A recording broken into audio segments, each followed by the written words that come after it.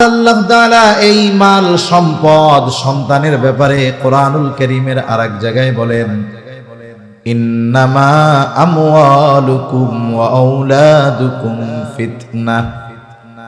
সন্তান সম্পদ এগুলা হলো ফিতনা, পরীক্ষা।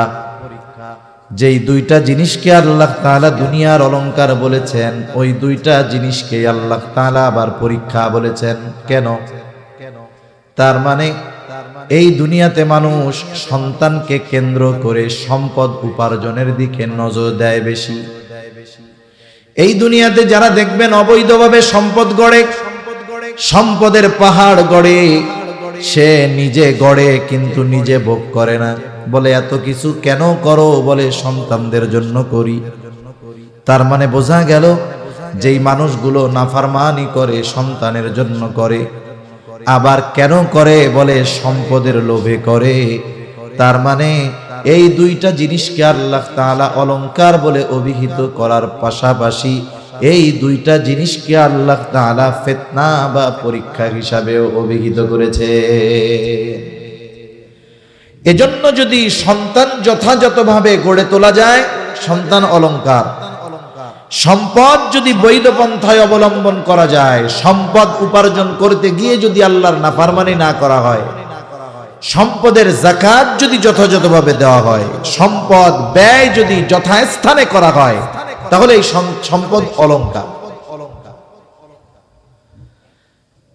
সম্পদ উপার্জন করা মানা না, তবে সম্পদ বৈধ পন্থায় উপার্জন করা দরকার। কারণ কিয়ামতের দিন প্রত্যেকটা মানুষকে আল্লাহ তাআলা 5টি করে প্রশ্ন করবে। হাদিসের মধ্যে এসেছে, ওই 5 প্রশ্নের সঠিক জবাব দেওয়া ছাড়া কোনো মানুষ এক কদম সামনে পেছনে যেতে পারবে না।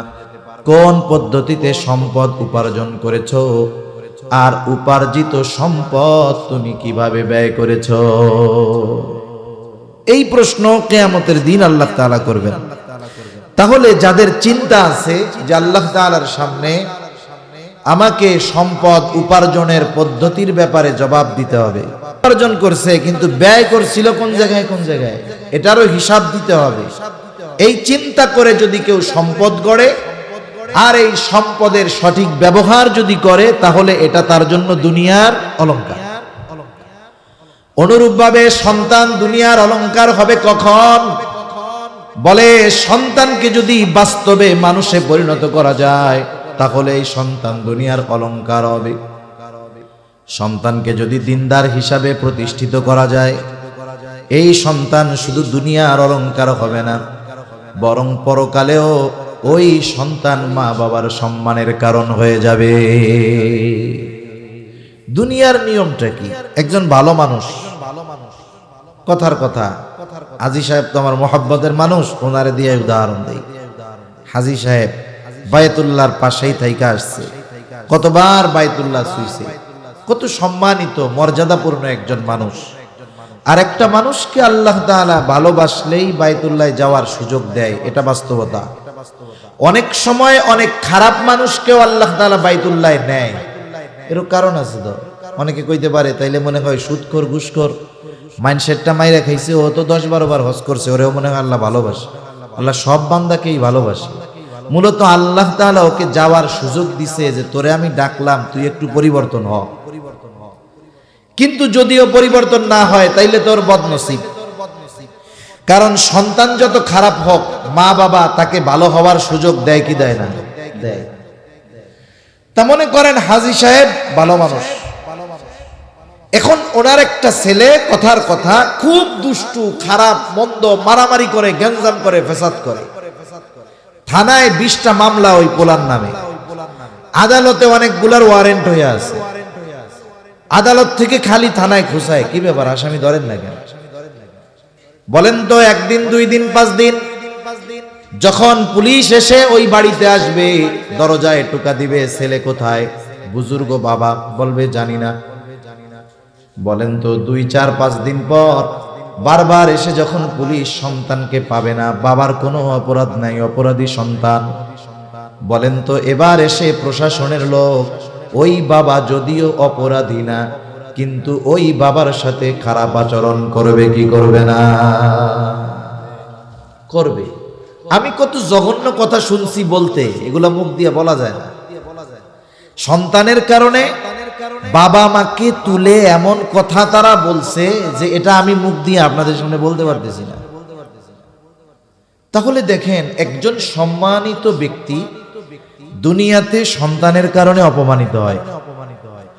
আবার দুনিয়ায় অনেক মানুষ আছে, মূর্খ মানুষ, লেখাপড়া জানে না, নিজের নামটাও কলম দিয়া লিখতে পারে না, কিন্তু অনেক কষ্ট করে পরিশ্রম করে ছেলেটারে লেখাপড়া করিয়েছে।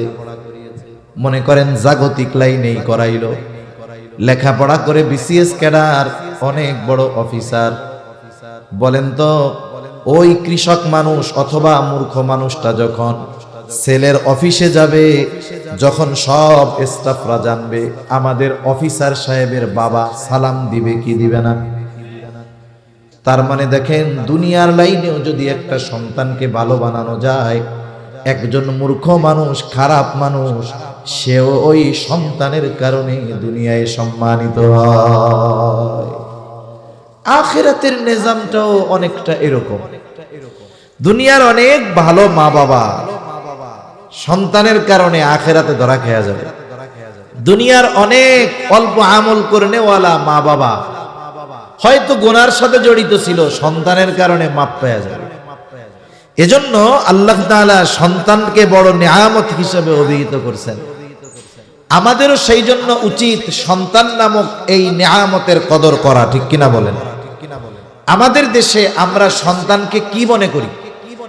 আমাদের দেশে আমরা সন্তানকে মোটামুটি মনে করি যে কোনো মতে ম্যাট্রিক পাস করায়া ওরে যদি একটা আর্মির চাকরি দিয়া দিতে পারি, তাইলে আর টেনশন কি, মরা পর্যন্ত বয়া বয়া খামু, অসুস্থ হইলে সিএমএসে চিকিৎসা করাইবো, ওই টাকাও লাগলো না, আবার মাস শেষে বেতন পাইবো, কোনো টেনশনও নাই। তার মানে আমরা আমাদের সন্তানদেরকে মোটামুটি ছোটখাটো একটা টাকার মেশিন, এটিএম বুথ মনে করি। অনেক বাবার এই চিন্তা থাকে যে সন্তানকে কোনো মতে চাকরি একটাতে ঢুকায় দিতে পারলে আমি বাপ, আমার দায়িত্ব শেষ, আমি সফল। কিন্তু বলেন তো, একটা সন্তানকে টাকা উপার্জনের মেশিন বানাইয়া দিলেই কি বাবা মার দায়িত্ব কি শেষ? শেষ না। এজন্য এই পৃথিবীতে আমরা অনেক মানুষ দেখেছি, আপনারাও দেখছেন, যে বাবা 3 সন্তান জীবনের সব কিছু ব্যয় করে 3 জনকে উচ্চ শিক্ষিত বানিয়েছে। একজন বড় ইঞ্জিনিয়ার, একজন বড় ডাক্তার, আরেকজন বিদেশে বড় চাকরি করে, গবেষক, কোটি কোটি টাকার মালিক। বাবার নিজের নামে কোনো সম্পদ নাই, টাকা নাই, পয়সা নাই। সন্তানেরা আমেরিকায় সেটেল, আমেরিকায় প্রবাসী। দেখা যায় জীবনের পড়ন্ত বেলায় সন্তানদের উঁচু বিল্ডিং 10 তলায় থাকার জায়গা হয় না, 10 তলা তো বহুদূর, সন্তানের বাড়ির গাছতলায়ও থাকার জায়গা হয় না। ওই সন্তানকে যে সম্পদ ব্যয় করে লেখাপড়া শিখিয়েছিল, ওই সন্তান মা বাবাকে বোঝা মনে করে, ময়লা মনে করে। এক সময় ওই পিতার অবস্থান হয়ে যায় বৃদ্ধাশ্রম। জাগতিক লাইনের অনেক মানুষের কথা এরকম আছে। আরে অনেক সময় আমরা মনে করতাম যে ছেলেরা মনে হয় খারাপ হয়, বাপ লেখাপড়া শিখাইছে, বাপরে ভুলে গেছে। গত বছর এক জায়গা দেখলাম মেয়েরাও এরকম হয়। আমরা তো মনে করি যে মেয়েরা, ভাইরা, ছেলেরা যতই অযত্ন মা বাবার করুক না কেন, মেয়েরা কিন্তু করে না, যত্ন করে। গত বছর দেখলাম এক মানুষ ঢাকায় কোন বৃদ্ধাশ্রমে আসছে, তার 2টা মেয়ে। কয়টা মেয়ে? বেচারা লেখাপড়া করাইয়া 2 মেয়েরে ডাক্তার বানাইছে। ডাক্তার মানেই তো আবার টাকার মেশিন। শুধু ভিজিট তা না, ভিজিট 800, 900, 1000 আছে। টেস্টের ব্যবসা আছে না নাই? যেই রোগী যাবে সুস্থ হইলেও 5,000 টাকার টেস্ট, 10,000 টাকার টেস্ট, আবার করাইতে হবে অমক ডায়াগনস্টিক সেন্টার থেকে। ওনার নামে প্রেসক্রিপশন গেলেই ওই জায়গায় 25%। তার মানে 10,000 টাকার টেস্ট হইলে 2,500 ওনার আছে। মানে টাকার মেশিন বানায় দিছে মেয়েদেরকে। এরপরেও দেখেন মেয়েদের পেট ভরে নাই। মেয়েরা ওই বাবার সব সম্পদ দখল দিয়ে বাবার সম্পদগুলো নিজের নামে লিখে বাবাকে বের করে দিয়েছে। আবার গত বছর এক জায়গায় দেখলাম, তার আগের বছর মনে হয়, ঘটনা অনেক ঘটে কিন্তু কিছু ঘটনা বেশি প্রকাশ হয়। এক বাপ মারা গেছে, তার 2 সন্তান, বাপ চাকরি করতো ব্যাংকে, ভালো টাকা কামাই করছে, বাড়ি করছে 2 তলা বাড়ি, সম্পদ আছে। বাবা মারা গেছে, বাবার লাশ বাড়ির নিচে, 2 ভাইয়ের মধ্যে সম্পদ ভাগাভাগি নিয়ে দ্বন্দ্ব শুরু হয়ে গেছে। লাশের গোসলের খবর নাই, গোসল যেহেতু নাই, দাফন কাফনের কি হবে? আর 24 ঘন্টা পার হয়ে গেছে, লাশে পছন্দ ধরা শুরু হয়ে গেছে। 2 ভাই সম্পদ বন্টন নিয়ে ব্যস্ত। এলাকার লোকজন প্রশাসনকে খবর দিয়েছে, এরপরে প্রশাসনের সহযোগিতায় গোসল করে লাশ দাফনের ব্যবস্থা করা হয়েছে। এরকম ঘটনা অনেক আছে। এখন কথা হলো, খোঁজ নিয়ে দেখবেন এই ধরনের ঘটনা ওই পিতার সাথেই ঘটছে যেই পিতা তার সন্তানকে দ্বীন শেখায় নাই। আমি আলেম বলতেছি না, কিন্তু আমি কি বলছি? দ্বীন শেখায় নাই। আলেম হওয়া জরুরি না, মুফাক্কিরে ইসলাম হওয়া জরুরি না, মুহাদ্দিস হওয়া জরুরি না, মুফাসসির হওয়া জরুরি না, মুফতি সাহেব হওয়া জরুরি না, প্রকৃত মুসলমান হওয়া জরুরি। ঠিক কিনা বলেন? এজন্য আল্লাহ তাআলা ইমানদারদেরকে বলছে, হে ইমানদারেরা, মুসলমান না হইয়া তোমরা মইরো না। সেই জন্য ওই পিতা আসলে সন্তানদেরকে দ্বীন শেখায় নাই, মুসলমান বানাইতে পারে নাই, যার কারণে সন্তানের সম্পদের অভাব ছিল না। তার পরিবারে সবকিছুর দাম ছিল, কিন্তু পিতার দাম ছিল না। অথচ ওই পিতার মাধ্যমে সে সম্পদের মালিক হয়েছে। আপনি আমাকে দেখাতে পারবেন না যেই পিতা তার সন্তানকে দ্বীন শিখিয়েছে, দুনিয়াদার বানাতে পারে নাই। দেখা যাবে গরিব মানুষ ছেলেটাকে দ্বীন শিখিয়েছে, ছেলেটা রিকশা চালায় তবে দ্বীনদার। আল্লাহর কসম, ওই ছেলে যদিও তার পরিবার নিয়ে চলতে কষ্ট হয়, কিন্তু কষ্ট হওয়ার পরেও তার ঘরে যদি বৃদ্ধ মা বাবা থাকে, ওই দিন মজুর রিকশাওয়ালা কুলি তার মা বাবাকে বোঝা মনে করে না, বরং নিজের যত কষ্ট হোক মা বাবার দিকে সর্বোচ্চ নজর সে রাখে। আপনি এটা দেখাইতে পারবেন না যে সন্তান দিনদার হোক গরিব, কিন্তু ওই সন্তান মা বাবাকে অবহেলা করে, দেখাতে আপনি পারবেন না। বরং মা বাবারও দোয়া করে, যখন দেখে যে আমার পোলার ইনকাম নাই কিন্তু আমার চিকিৎসার জন্য চেষ্টা করে, তখন আরো দোয়া করে। এই যে সন্তানের যে আচরণ, বৃদ্ধকালে মা বাবা আশা করে এই ভালো আচরণ, এই পুরোপুরিটা নির্ভর করে সন্তানের সাথে, সন্তানের ছোটবেলায় ওই বাবা কেমন আচরণ করেছেন এটার মাধ্যমে। আমরা অনেক সময় অনেক জায়গায় ওয়াজ মাহফিলে গেলে অনেক মুরব্বী আসে, অনেক মুরব্বী আইসা আসতে কানের কাছে বলে, হুজুর একটা কথা বলবো যে হুজুর, পোলাপানরে এত কষ্ট করে লেখাপড়া শিখাইছি, নিজের বাড়িটা বেচা লেখাপড়া শিখাইছি, এখন সন্তান লেখাপড়া শিখছে, অনেক সম্পদের মালিক। হুজুর এখন আমি বস্তিতে থাকি, আমারে ঘরে উঠতেই দেয় না। কত দুঃখের কথা না বলেন? হুজুর একটু মা বাবার হকের ব্যাপারে আলোচনা করেন। চট্টগ্রামে এক জায়গায় গেছি, আমার এরকম আইসা এক লোক খুব আকারে বলতেছে, তা আমি ওনারে এমনি প্রশ্ন করছি, কষ্ট দেওয়ার জন্য না। উনি যখন খুব আবেগ দরদ নিয়ে কথাটা বলছে, ওনার 2টা ছেলে চিটাগাঙে বাড়ি আছে, ওনারে থাকতে দেয় না। উনি একটা জায়গায় এক রুম নিয়ে ভাড়া নিয়ে থাকে, অথচ পাশেই তার বাড়ি। কি দ্বন্দ্ব সন্তানদের সাথে, অথচ এই সন্তানদেরকে উনি সব ব্যয় করে বড় মানুষ বানাইছে দুনিয়ার লাইনে। আমি আবার এমনি জিজ্ঞাসা করছি যে ছোটবেলা কি লেখাপড়া করাইছেন, তখন গর্বের সাথে বলতেছে যে চিটাগাঙের অমক স্কুলে পড়িয়েছি, যেখানে হুজুর প্লে নার্সারিতে এত 1000 টাকা বেতন দেওয়া লাগে। তা আমি তখন ওরে জিজ্ঞাসা করতে চাইছিলাম, কোরআন শিখাইছিলেন, দিন শিখাইছিলেন? তা বুঝলাম উনি শেখায় নাই, জিজ্ঞাসা করার আর দরকার নাই। তাহলে জাগতিক লাইনে পড়িয়ে খুব গর্ব করতেছে, কিন্তু বার্ধক্যকালে অবস্থা কি? তা যে কথার থেকে গেলাম আর কি, যে মানুষ এসে বলে যে একটু মা বাবার হকের ব্যাপারে ওয়াজ করেন। আচ্ছা, একটা মা বাবা সন্তানের কাছে হক প্রাপ্ত হয় কখন জানেন? কোন সময় হয় বলেন তো? যখন সে নিজে হক আদায় করতে পারে। সোজা কথায় সন্তান যখন বালেগ হয়। আপনি যদি আপনার 6 বছরের বাচ্চারে গিয়া যদি বলেন, তুই কালকে থেকে রিক্সা চালাইয়া ইনকাম করে আমারে খাওয়াবি, আমি তোর বাপ না, এটা বলার অধিকার আপনার নাই। এটা যদি বলা হয় তার উপরে কি করা হবে? জুলুম করা হবে। তার মানে খেয়াল করেন, আমি আপনি সন্তানের কাছে হক দাবি করতে পারবো কখন? বলে সন্তান বালেগ হবে যখন। তাহলে পিতা মাতা সন্তানের কাছে হক পায় তখন, সন্তান বালেগ হয় যখন। কিন্তু এর বিপরীতে সন্তানও তো পিতা মাতার কাছে কিছু হক প্রাপ্য আছে। যেমন প্রসিদ্ধ একটা ঘটনা আছে, খলিফাতুল মুসলিমিন হযরত ওমর রাদিয়াল্লাহু তাআলা আনহুর সময় এক ব্যক্তি তার সন্তানের ব্যাপারে ওমর রাদিয়াল্লাহু তাআলা আনহুর কাছে এসে অভিযোগ দায়ের করেছে, খলিফাতুল মুসলিমিন, আমার সন্তান আমার সাথে সদাচরণ করে না, আমার হক আদায় করে না, আপনি একটু তাকে বইলা দেন।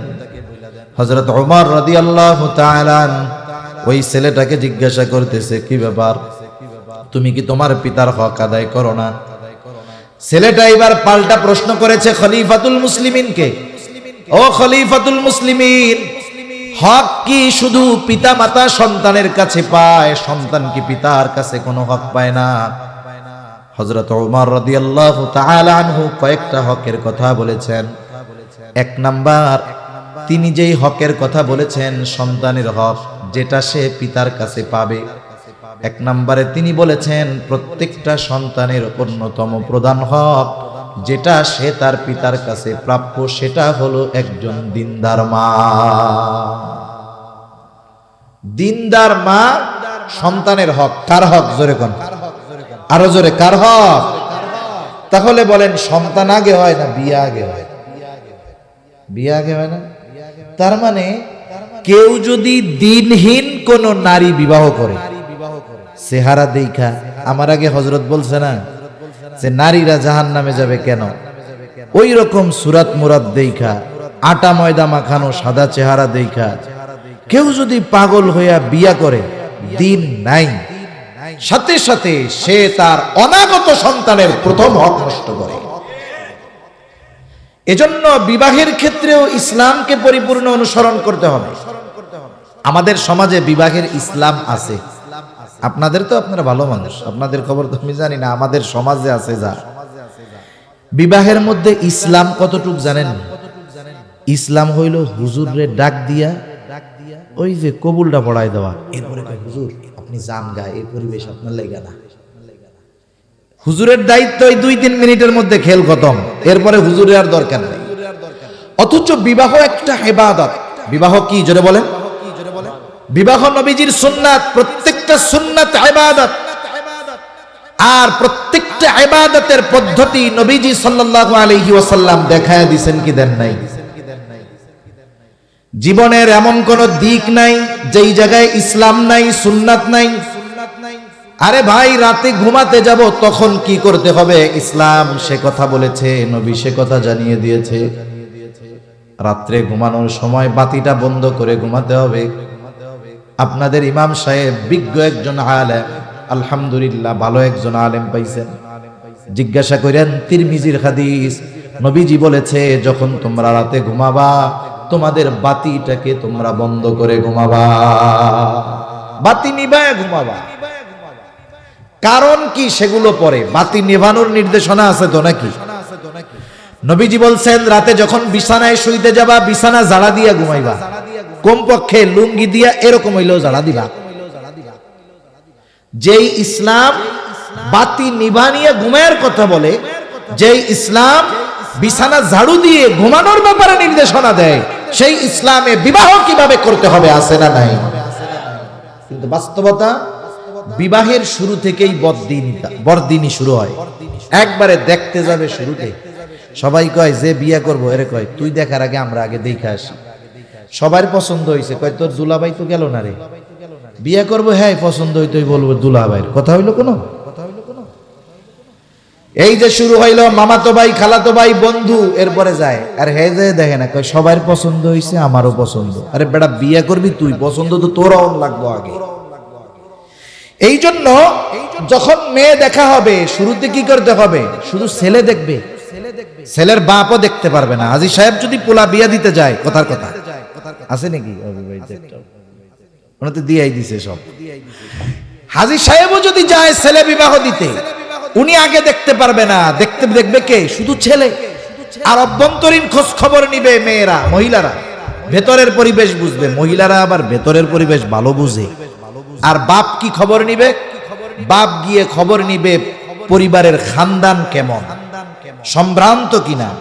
একটা জিনিস মনে রাখবেন, দরিদ্রতা এক জিনিস, সম্ভ্রান্ততা আর এক জিনিস। অনেক মানুষ দরিদ্র কিন্তু সম্ভ্রান্ত, আত্মমর্যাদা নিয়ে চলে। অনেক মানুষ টাকাওয়ালা কিন্তু ওর ক্যারেক্টার একেবারে খ্যাত মার্কা, আছে না নাই? আগের মুরব্বীরা এই জন্য জাত পাত দেখতো। গ্রামে একটা কথা কয় না, জাতের মেয়ে কালা ভালো, নদীর পানি গুলাও ভালো। কিন্তু এখনকার জামানা হয়ে গেছে ব্যতিক্রম, এখন শুধু দেখে চেহারা কেমন সুন্দর। নবীজি সাল্লাল্লাহু আলাইহি ওয়াসাল্লাম সেই জন্য জানিয়ে দেন, চারটা জিনিস দেখে বিয়ে করা হয়। কয়টা জিনিস? এক নাম্বার দেখে সৌন্দর্য, বংশ, মাল, দিনদারিত্ব। নবীজি স্পেশাল ভাবে দিনদারিত্বের ব্যাপারে বলেন, ফাযফার বিযাতিদ দ্বীন, দিনকে প্রাধান্য দাও। বাকি তিনটা আছে, দিনদারিত্ব নাই, চেহারা সুন্দর, সম্পদ আছে উচ্চ বংশীয়, কিন্তু দিনদারিত্ব নাই। বাপ আগে দেখো পরিপূর্ণ দিনদারিত্ব আছে কিনা, এরপরে যদি বাকিগুলো পরিপূর্ণ থাকে তাহলে ভালোর উপরে ভালো। কিন্তু যদি দিনহীন হয়, ওই মেয়েকে যদি বিবাহ করো চেহারা দেখে, টাকা দেখে, বংশ দেখে, মনে রাখবা যার মধ্যে দিনদারিত্ব নাই তার চরিত্র কখনো সচ্চরিত্র হয় না। বিবাহের আগে চেহারার কদর থাকে কসম, বিবাহের পরে চরিত্রের কদর বেড়ে যায়। এই জন্য আগের থেকে দিনদারিত্বকে প্রাধান্য দেওয়া দরকার। যারা বিয়া করে ফেলছে তো করে ফেলছে, কিন্তু ভবিষ্যতে যাদেরকে আমরা বিবাহ দিব বা যারা বিবাহ করবে, এদেরকে এই জিনিসটা খেয়াল রাখতে হবে যে আমি একজন দিনদার মেয়েকে বিবাহ করব। যদি না করি তাহলে আমার সন্তান দুনিয়ায় আসার আগেই আমি অনাগত সন্তানের সর্বপ্রথম হক আমি নষ্ট করে ফেললাম। তাহলে আমার আপনার সন্তানদের প্রথম হক কি? বলে একজন দিনদার মা। এরপরে কিছু বিষয় আছে, যেমন মনে করেন এরপরে সন্তান যখন মাতৃগর্ভে আসবে, মাতৃগর্ভে কোটি কোটি শুক্রাণু থেকে মা বাবার মিশ্রিত একেবারে বিন্দু কণা পরিমাণ একটা শুক্রাণু অন্যান্য সবগুলার সাথে লড়াই করে করে মায়ের রেহেম পর্যন্ত পৌঁছায়া যাবে, যেটা দেখার জন্য মাইক্রোস্কোপের দরকার হয়। ওই রকম ক্ষুদ্র একেবারে সূক্ষ্ম সূচের আগার চাইতেও খুব সূক্ষ্ম একটু পানি থেকে আল্লাহ তাআলা 120 দিনের প্রসেসে একটা মাংসপিণ্ড মায়ের পেটের ভিতরে আল্লাহ তাআলা তৈরি করে। 120 দিন পর ওই মাংস টুকরার মধ্যে প্রাণ দেওয়া হয়। মনে রাখতে হবে, আগে আমাদের হাত পা চোখ কান বডি সব হয়, এরপরে প্রাণ দেওয়া হয় এমনটা নয়, বরং ওই মাংসের টুকরা যখন থাকে আল্লাহ তাআলার নির্দেশে একজন ফেরেশতা মায়ের রেহেমের মধ্যে চলে আসে, ওই মরা মাংসর টুকরার মধ্যে ওই সময় সে আল্লাহ তাআলার নির্দেশে রূহ ফুঁকে দেয়। এইবার হার্ট তৈরি হয়ে যায়। তৈরি হয় কি? প্রথম এই হার্ট কল্প তৈরি হয়ে যায়। এইবার আস্তে আস্তে বাকি সময়টাতে হাত পা চোখ কান পরিপূর্ণ হয়। অনেক সময় দেখবেন অনেক পোলাপান এরকম আমি দেখছি, হইছে 10 মাস পেটে থাকতে পারে নাই, অসুস্থতার কারণে 8.5 মাস এই সময় তাকে সিজার করে পেট থেকে বের করে ফেলছে। বাচ্চা বাইসা আছে কিন্তু মাথার খুলি হয় নাই। দেখছেন এরকম? মাথার খুলি শক্ত হয় নাই, চোখ বন্ধই রইছে, খুলে না, কারণ এখনো পরিপূর্ণভাবে হয় নাই। অনেক সময় বিকলাঙ্গ শিশু জন্মগ্রহণ করে নির্ধারিত সময়ের অনেক আগে, দেখা যায় তার হাত পরিপূর্ণ হয় নাই, পা পরিপূর্ণ হয় নাই, অপূর্ণাঙ্গ থাকে। তার মানে কি? আল্লাহ তাআলা প্রথম এই হার্ট তৈরি করেন, এরপরে বাকি সময়টাতে পরিপূর্ণ শরীরের আবওয়াব আকৃতিগুলো আল্লাহ তৈরি করেন। চিকিৎসা বিজ্ঞান কি বলে? চিকিৎসা বিজ্ঞান বলে যখন হার্ট তৈরি হয়ে যায় তার মানে এখন ওর মধ্যে আল্লাহর নির্দেশে ফেরেশতা রূহ ফুঁকে দিয়েছে।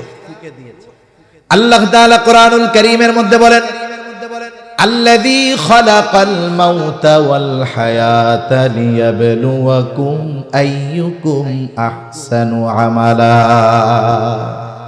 তিনি আল্লাহ কে? বলে আল্লাযী খালাকাল মাউতা ওয়াল হায়াত, যিনি মৃত্যু এবং জীবন সৃষ্টি করেছেন।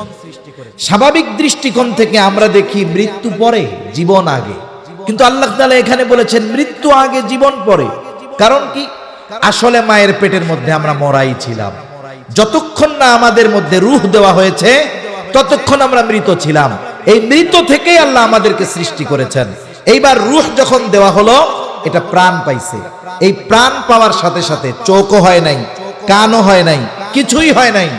ওই সময় থেকে মায়ের পেটে একটা বাচ্চা, মায়ের চিন্তা ভাবনা, সেই বাচ্চা যে পেটের মধ্যে কিছুই হয় নাই, মাংসের টুকরা, শুধু হাড় তৈরি হয়েছে, সে মায়ের সমস্ত অনুভূতিকে অনুভব করতে শিখে যায়। সুবহানাল্লাহ। মায়ের পেটের ভিতরে তার কিছুই হয় নাই, কিন্তু খালি কি হয়েছে? মাংস টুকরার মধ্যে আল্লাহ রূহ ফুঁকে দিয়েছে, হার্টটা হয়েছে, ওইটা পাম্পিং শুরু হয়ে গেছে। হার্ট এরকম পাম্পিং হয়, পাম্পিং শুরু হয়ে গেছে। আর ওই সময় সে অনুভব করতে পারে যে মা কোন মুডে আছে। এই বিষয়টাকে রিসার্চ করে আমেরিকার একজন বিজ্ঞানী চিকিৎসক, সে গবেষণা করে ফলাফল পেয়েছে এবং সে গর্ভবতী নারীদেরকে নিয়ে সেমিনার করেছে, কাউন্সিলিং করেছে। সে বলতেছে যে শোনেন, আপনি যদি আপনার সন্তানকে চান যে সে ভালো গায়ক হবে, তার কণ্ঠটা সুন্দর হবে, তাহলে আপনি বেশি বেশি গান গাইবেন, গান শুনবেন। আপনার এই প্রভাব আপনার গর্ভের সন্তানের উপরে পড়বে। কেন? বলে বাচ্চা যখন শ্রবণ শক্তি পায়, মার পেটের ভিতরে যখন তার শ্রবণ শক্তি আল্লাহ তাআলা দেন, তখন মা যদি কিছু বলে, পেটের মধ্যে সন্তান এইরকম কান খাড়া করে, সে শুনতে পায়। মা কিছু খাইছে, খাবারটা ভালো হয় নাই, মার যেমন অস্বস্তি লাগে, বাচ্চার এমন অস্বস্তি লাগে। এক্সপ্রেশন সে দেখায় যে আমার ভালো লাগে না এই খাবারটা। মার মন যদি খারাপ থাকে, মায়ের পেটের ভিতরে বাচ্চার মন খারাপ থাকে, তাহলে কতটা প্রভাব। এখনো যখন মা, যখন সন্তান যখন দুনিয়ায় আসে, সন্তানের বয়স 3 মাস, গেছে ডাক্তারের কাছে, পোলার জ্বর হইছে, ঠান্ডা লাগছে। এখন ডাক্তারের কাছে গিয়া বলে আমার এই 3 মাসের বাচ্চা, এর জ্বর হইছে বা ঠান্ডা লাগছে। ডাক্তার বাচ্চারে ওষুধ দেয় না, মাকে বলে যে আপনি দেরি করে গোসল করবেন না, ঠান্ডা পানি আপনি সেনবেন না, গোসল করেই ঠান্ডা দুধ বাচ্চাকে খাওয়াবেন না। তার মানে চিন্তা করেন, আপনি বেশি, বাচ্চার আমাশা হইছে, পাতলা পায়খানা হইছে, বলে আপনি কি খাইছেন? মারে জিগায়। তার মানে দুনিয়ায় আসার পরেও মায়ের খাবারের প্রভাব দুধের মাধ্যমে ওই সন্তানের উপরে বিস্তার করে। সুবহানাল্লাহ বলে। মায়ের পেটের মধ্যে থাকতেও বাচ্চা এরকম হয়। তাও এই বিজ্ঞানী চিকিৎসক বলতেছে, আপনি যদি চান আপনার সন্তান ভালো গায়ক হবে, সুরেলা কণ্ঠের অধিকারী হবে, তাহলে আপনি গান শুনবেন অথবা আপনি গান গাইবেন। আপনি যদি চান আপনার সন্তান ভালো অভিনেতা হবে, আপনি যার অভিনয় পছন্দ দেখতে থাকবেন, নিজে নাটক দেখবেন, সিনেমা দেখবেন। এখন বলেন তো, সন্তান পেটে মা যদি গান শুনে, এই জন্য সন্তান ভালো গায়ক হয়, অভিনয় দেখলে যদি ভালো অভিনেতা হয়, ওই মা যদি সন্তানকে পেটে নিয়ে কোরআন পড়ে, তাহলে ওই সন্তান কোরআন প্রিয় হবে কি হবে না? ওই মা যদি বেশি বেশি দুরূদ পড়ে, অবশ্যই ওই সন্তান নবী প্রেমিক হবে। এই জন্য সন্তান যখন গর্ভে আসে, মার বড় একটা দায়িত্ব গুনাহ থেকে বেঁচে থাকা। হায়রে নজর, আন-নাজরু হাক্কুন, নজর কঠিন এক জিনিস। নবীজি বলেছেন, বদনজরের কারণে অনেক কিছু ধ্বংস হয়ে যেতে পারে। এইরকম অনেক মানুষ আছে, তার সুখের সংসার, ব্যবসা শুধুমাত্র বদনজরের কারণে ধ্বংস হয়ে গেছে। এরকম ইতিহাস এই পৃথিবীর বুকে আছে। এই যে সন্তান যখন মায়ের গর্ভে থাকে, ওই সন্তানের গর্ভবতী মার ওই গর্ভ যখন সন্তান মায়ের পেটে, ওই পেট যদি কোনো খারাপ মানুষ দেখে, কারো যদি বদনজর লাগে, ওই বদনজরের প্রভাব পর্যন্ত সন্তানের উপরে পড়ে। এজন্য সন্তান যখন মাতৃগর্ভে আসবে, সে তার জীবনটাকে একেবারে আবদ্ধ করে ফেলে। উল্টা আমাদের দেশে কি হয়? উল্টা আমাদের দেশে হয় কি, বলে এই যে 9 মাস 10 মাস ঘরে বসে কেমনে থাকবো, আমার তো একটা অ্যান্ড্রয়েড ফোন নাই, আপনি দেখেন সৌদি আরব, আমার একটা অ্যান্ড্রয়েড ফোন পাঠাই দিয়েন। অ্যান্ড্রয়েড ফোন তো পাঠাইছে, ভিডিও কলে আর কয়দিন কথা কইব, কতক্ষণ কওয়া যায়? কয় ইন্টারনেট ঠিক মতো থাকে না গো, আমার একটু ওয়াইফাই লাইনটা দিয়ে দিয়েন। এই তো কাম সারা। এইবার ঘরের মধ্যে বইয়া বইয়া এই 9 মাস যা দেখে, ওই পোলার উপরে এটার প্রভাব পড়ে, ঠিক কিনা বলেন? এজন্যই তো এখনকার পোলা মাইয়া বাইর হইয়াই 3 মাসের টারেও মোবাইল দিয়া দেখেন এরকম চায়া থাকবে। 3 মাসেরটি বোঝে না, দেখেন এরকম চায়া থাকে, একবার এরকম। এটা হলো মার ফজিলত ওর উপরে গিয়া পড়ছে, এই জন্য এই অবস্থা। এজন্য উচিত সন্তান যখন মায়ের গর্ভে, মা তখন নিজের পরিবর্তন করে ফেলবে। নামাজ বেশি পড়তে পারে না, দরকার নাই, ফরজগুলো যথাযথভাবে আদায় করবে, ওয়াজিবগুলো আদায় করবে, সুন্নতে মুআক্কাদা আদায় করবে, বাকি সময় কোরআন তিলাওয়াত করবে, বাকি সময় তাসবিহ তাহলিল পাঠ করবে। তাহলে কি হবে? সে ওই সময় যেগুলো করবে তার পূর্ণ প্রভাব তার বাচ্চার উপরে পড়বে। এইবার বাচ্চা দুনিয়ায় ভূমিষ্ঠ হইছে। আগে আমি আমার কথাই কই, ভিডিও করতেছে, আমি যেদিন হইছি বুঝছেন, আমার জন্ম যেদিন হইছে, আমাদের বাড়ি গৃহস্থ বাড়ি ছিল। ধান মাড়ানোর পরে এই খেড়গুলো দিয়ে পালা দেয়। আপনাদের এলাকায় কি করে? পাড়ায় দেয়। মনে করেন যাদের বাড়ি ঘেরা আছে চারিদিক, মহিলারাও ওই কাম করে, ঠিক না? আল্লাহ ফসল দেয়, এটা বড় নেয়ামত। গৃহস্থীর এই মহিলারা এই কাজগুলো করে। আমার মাই কইছে, যেই দিন আমি হইছি বা যেদিন তার আগের দিনও আমার মা এইরকম 10-15 ফিট একটা পালা দিছে নিজে বাড়ায় বাড়ায়। আর এখনকার মহিলারা এটা কল্পনাও করবে না, ঠিক কিনা বলেন? 6 মাস আগে গিয়ে হসপিটালে হয়ে থাকতে পারলে হয়। আরো কি কইব, না না স্বাভাবিক ডেলিভারি হবে না, আমারই করতে হবে, আমার সিজার করতে হবে, নাইলে সমস্যা, ঠিক কিনা বলেন? আর ডাক্তাররাও তো এটা একটা বিজনেস। আপনি নিয়ে যাবেন আল্ট্রাসোনোগ্রাম করাবে, আমি তো ডাক্তার না, আপনি তো ডাক্তার না, কিছু বুঝবেন না। এবার বলবো, ওরে বাবা, বাচ্চার পজিশন খুব ব্যাড পজিশন, যে অবস্থায়, এই অবস্থায় যদি নর্মাল ডেলিভারি হয় তাহলে কিন্তু বাচ্চাও বাঁচবে না, বাচ্চার মাও বাঁচবে না। এবার আপনি কি করবেন? দূর মিয়া, পেট ফাইডে এই বাইর করেন, বাচ্চা তো থাকুক। এটা একটা সুপার বিজনেস। এটা একটা কি বিজনেস বলেন? Super business. এইবার মনে করেন হসপিটালে গিয়া ওইরকম হইছে বাচ্চা একটা, আবার হসপিটালের বাচ্চা হইছে, এটারে সহজে কাছে যাইতে দেয় না, আবার একটা কাছের বাক্সের মধ্যে নিয়ে আটকায় রাখে। মুসলিম দেশে ধরতে যাবেন, আজান দিতে যাবেন, সেই সুযোগও নাই। আবার অনেকে বুঝে না, উল্টাপাল্টা কামও করে। মনে করেন বাবা বিদেশে আছে, বাচ্চা হইছে, খুশির সংবাদ। এবার হসপিটালে ফোন দিছে ওই বিদেশে, সৌদি আরব, শুনছেন নি? কি কাল্লাই তো আমাকে একটা ছেলে দিছে, কয় আলহামদুলিল্লাহ। এবার ফোন রাখছে, সৌদি আরবের বাজে হইলো রাত 12টা, বাংলাদেশের বাজে হইলো রাত 3টা। এখন ওই সৌদি আরব থেকে রাত 3টার সময় দিছে ইমাম সাহেবের কাছে ফোন, আর নাইলে মুয়াজ্জিনের কাছে ফোন। মধ্যরাতের পরে ইমাম সাহেবদের কয়েক কারণে দাওয়াত দেয়, মানুষ খুঁজে।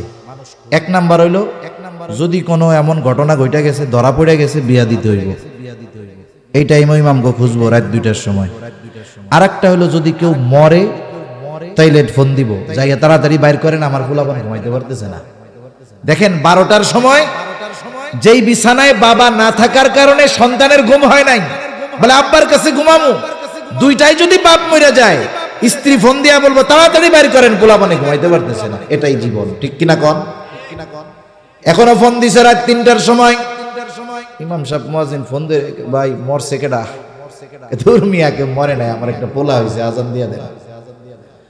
এখন বলেন, পোলা হইল কই, খবর দিল কই, আজান দিবে কই?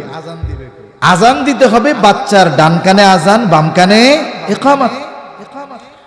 ওইখানে যদি কোনো পুরুষ না থাকে, নারীরাই এই শব্দগুলো কানে উচ্চারণ করে দিবে। এর কয়েকটা হিকমত আছে। 1 নম্বরে হিকমত, আমরা ছিলাম রূহের জগতে, আলমে আরওয়াহ, ওইখান থেকে আল্লাহ পাঠাইছেন আলমে বতনে। ওইখানে আমরা 3 স্তরের নিরাপত্তার মধ্যে ছিলাম। আল্লাহ তাআলা বলেন, ফি করারিম মাকিন, সুরক্ষিত স্থানে আল্লাহ তাআলা আমাদের রাখছেন। ওইখানে কোনো জার্ম নাই, ফিতনা নাই, ফাসাদ নাই। যখন দুনিয়ায় আসলাম, হরেক রকমের কথা, হরেক রকমের আওয়াজ। আসলে উচিত হলো বান্দা আলমে দুনিয়ায় যখন আসলো, এই দুনিয়ার কোনো আওয়াজ তার কানে যাওয়ার আগে আল্লাহ তাআলার বড়ত্বের আওয়াজ, তাওহীদের ধ্বনি তার কানে পৌঁছায়া দিতে হবে। সেইখানে যদি পুরুষ না থাকে, নারীরাই ডান কানে আজান, বাম কানে ইকামত দিয়ে দিবে। কিন্তু আমাদের দেশে হসপিটালগুলোর মধ্যে অনেক সময় দেওয়া যায় না। অথচ দেখেন, আমেরিকা ইসলামের সবচাইতে বড় দুশমন। আমরা বলি ইসলামের সবচাইতে বড় দুশমন, এই আমেরিকার মিশিগান শহরের একটা গল্প আপনাদেরকে শোনাই। কষ্ট হইতেছে নাকি আপনাদের? মিশিগান শহরে আমার এক খুব ভালো বন্ধু আছে, ও থাকে ওই জায়গায় মাদ্রাসাও আছে। আমেরিকায় অনেক দাওরায়ে হাদিস মাদ্রাসা আছে। তা এক মাদ্রাসার খেদমত করেন উনি, ওইখানে ইসলামিক সেন্টারের। উনি আমারে বলতেছে, ভাই আজীব দৃশ্য, উনি বিবাহ করছে, ওনার একটা মেয়ে হবে, আল্লাহ তাআলা একটা মেয়ে দিয়েছে। এখন উনি যখন হসপিটালে ভর্তি করাতে গেছে, ওই দেশে বিজনেস করবে না যে স্বাভাবিকভাবে বাচ্চা হওয়া সম্ভব আর ওইটারে পেট কেটে বের করবে কষায়ের মতো, এটা করবে না। ওনার সব কিছু ঠিকঠাক। উনি গিয়ে যখন নাম বলছে যে আপনার নাম কি, পেশেন্টের নাম বলার পরে আপনার নাম, উনি বলছে আমার নাম ফখরুল ইসলাম। বুঝতে বাকি আছে যে লোকটা মুসলমান। সাথে সাথে বলতেছে হ্যাঁ হ্যাঁ, তাহলে আপনার জন্য ওই ওয়ার্ড বা ওই বিল্ডিং। কেন আমার জন্য এরকম কেন, বৈষম্য নাকি? বলে না না, ওইখানে যারা আছে তারা সবাই নারী। যেহেতু আপনি মুসলিম, পুরুষরা আপনার স্ত্রীকে টাচ করুক এটা আপনি পছন্দ করেন না, এজন্য ওই ওয়ার্ডে যারা আছে ডাক্তার, নার্স, ক্লিনার সব মহিলা ওইখানে, এই জন্য আমরা আপনার ওয়াইফকে দিলাম। আমাদের দেশে অধিকাংশ ক্ষেত্রে সিজার যে হয়, আসলে অধিকাংশ জায়গায় একেবারে পুরাপুরি মহিলাদের দ্বারা হয় না, ওইখানে পুরুষ উপস্থিত থাকেই। তা ওইখানে পুরোপুরি সব মহিলাদের নিয়ন্ত্রণে ওই ওয়ার্ডে আপনার স্ত্রীকে ভর্তি করা হয়েছে। উনি বলতেছে তাকে নেওয়া হয়েছে থিয়েটারের ভিতরে, যদি অপারেশন না লাগে তারা করবে না, স্বাভাবিকভাবে বাচ্চা হওয়ার মতো অবস্থা আছে। এবার কাউরে যাইতে তো দিবে না, আমি তো স্বামী, সেই হিসাবে আমি একেবারে অপারেশন থিয়েটারের দরজায় বসে আছি, কোনো পুরুষ ওইখানে নাই, সব মহিলা। উনি বলতেছে হঠাৎ করে দেখলাম একজন ইউথিপিয়ান আফ্রিকান লোক আইসা অপারেশন থিয়েটারের দরজার বসে দাঁড়াইছে। আমি একটু আনইজি ফিল করতেছি, ও দাঁড়াইছে সেখানে। তা ওরে আমি ডাক দিলাম, এই মিয়া তুমি এখানে কি করো? বলে আমাকে নিচের থেকে ফোন দিয়ে এখানে আসতে বলা হয়েছে। কেন? বলে আমি হইলাম মুসলিম, আমাকে বলা হয়েছে যে অপারেশন থিয়েটারে একজন মুসলমানের বাচ্চা ভূমিষ্ঠ হচ্ছে, আমাকে বলছে ফোন দিয়া। আর এই হসপিটালে যত মুসলিম সন্তান জন্মগ্রহণ করে সকলের কানে আজান ইকামত দেওয়ার দায়িত্বটা আমার।